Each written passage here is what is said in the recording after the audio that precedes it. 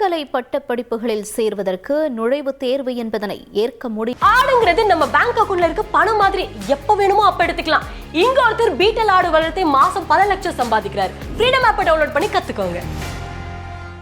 என உயர்கல்வித்துறை அமைச்சர் கோவி செழியன் திட்டவட்டமாக தெரிவித்திருக்கிறார். விவரங்களை பெற இணைகிறார் எமது செய்தியாளர் சங்கரன். இந்த விவகாரம் தொடர்பான முழு விவரங்கள் என்ன?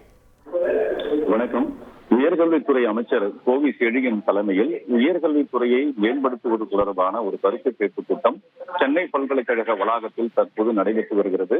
ஏற்கனவே தமிழகத்தில் 3 கூட்டங்கள் நடைபெற்ற நிலையில் தற்போது 4வது கூட்டமானது நடைபெற்று வருகிறது.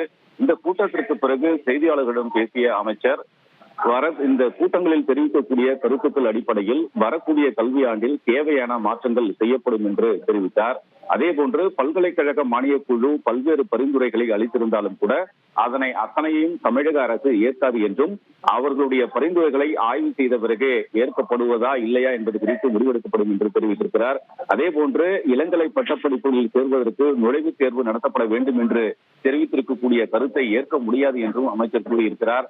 மேலும் இந்த பல்கலைக்கழகங்கள் கல்லூரிகளில் இருக்கக்கூடிய ஆசிரியர் காலி பணியிடங்களை நிரப்புவதற்கும் அதே போன்று ஆராய்ச்சி மாணவர்களுக்கு சென்னை பல்கலைக்கழகத்தில் கட்டணம் அதிகப்படியாக உயர்த்தியதை திரும்ப பெறுவது குறித்தும் விரிவாக ஒரு மறுபரிசீலனை செய்யப்படும் என்ற கருத்தையும் அமைச்சர் தெரிவித்திருக்கிறார்.